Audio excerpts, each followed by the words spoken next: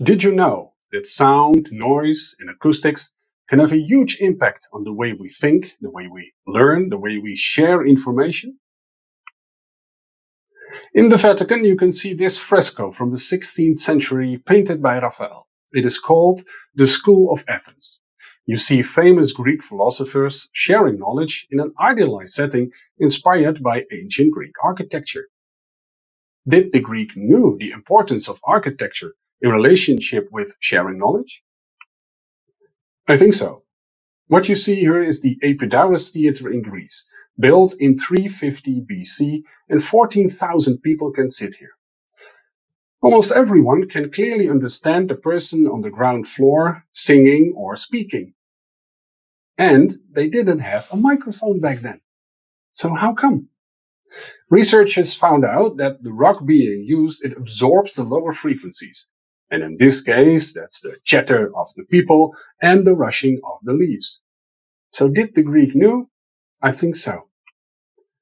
The Greek word acoustikos means literally on influence of hearing.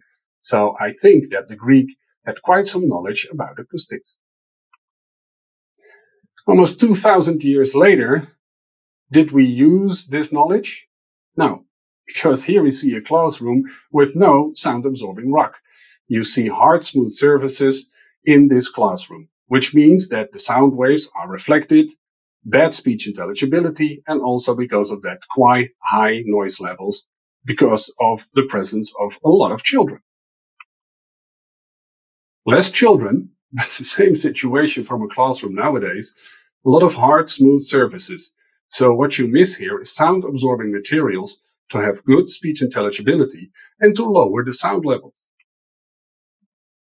And then you get one-liners, headlines like this. Children suffer in classrooms with poor acoustics. Poor acoustics influence our learning capabilities and also the way we teach. That's why in 1999 the World Health Organization said this. To improve the learning process, sound levels should not exceed 35 decibels. Is that low? Is that high? Well, to give you an example, here you see a lot of sound levels. I think some you can refer to yourself. Me speaking on 1 meter distance is 60 decibels. So then you can figure out how low 35 decibels is. And then there is also the fact, when will you get hearing damage? That all depends on how long you are exposed to these noise levels. And then there's also the annoyance factor. Already from 70 decibels, you can get really annoyed. So how is it with these noise levels when it comes to education? Well, as you can see here, the average is from, let's say, 60 to above 80. The peak levels are actually quite high. Those peak levels are a big influence on our health. Because what you see here are the noise levels measured in a classroom in the morning. But what they did, they also measured the heart rate of the students. And then you see, every time a noise level goes up, also the heart rate goes up. And that's unhealthy. A very important parameter to control noise levels, to control acoustics, is the reverberation time. And here I will let you hear different kinds of reverberation times. Many factors influence speech intelligibility. Many factors influence speech intelligibility. Many factors influence speech intelligibility. Many factors influence speech intelligibility. So you can hear that the speech intelligibility is improving when the reverberation time goes down.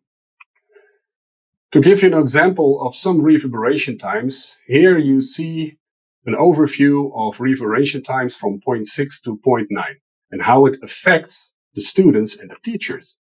Because students behave quite noisily in a surrounding where you have higher reverberation times.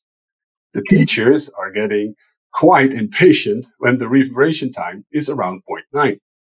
And the other way around, the lower the reverberation time, the more silence the students can work. So this is a classroom from nowadays, sort of how it should be. sound-absorbing ceiling, and also wall panels that eliminate horizontal reflections. If you want to use more design freedom, you can. This is also a classroom, and acoustically wise, also very good design. Especially the wall panels that you see here, very good to improve speech intelligibility. So it can be done. We started with philosophers. Let's also end with a philosopher, Confucius. He said this: "Silence is a true friend who never betrays." He was a scientist, a philosopher, but most of his life he was a teacher, and he knew the importance of silence.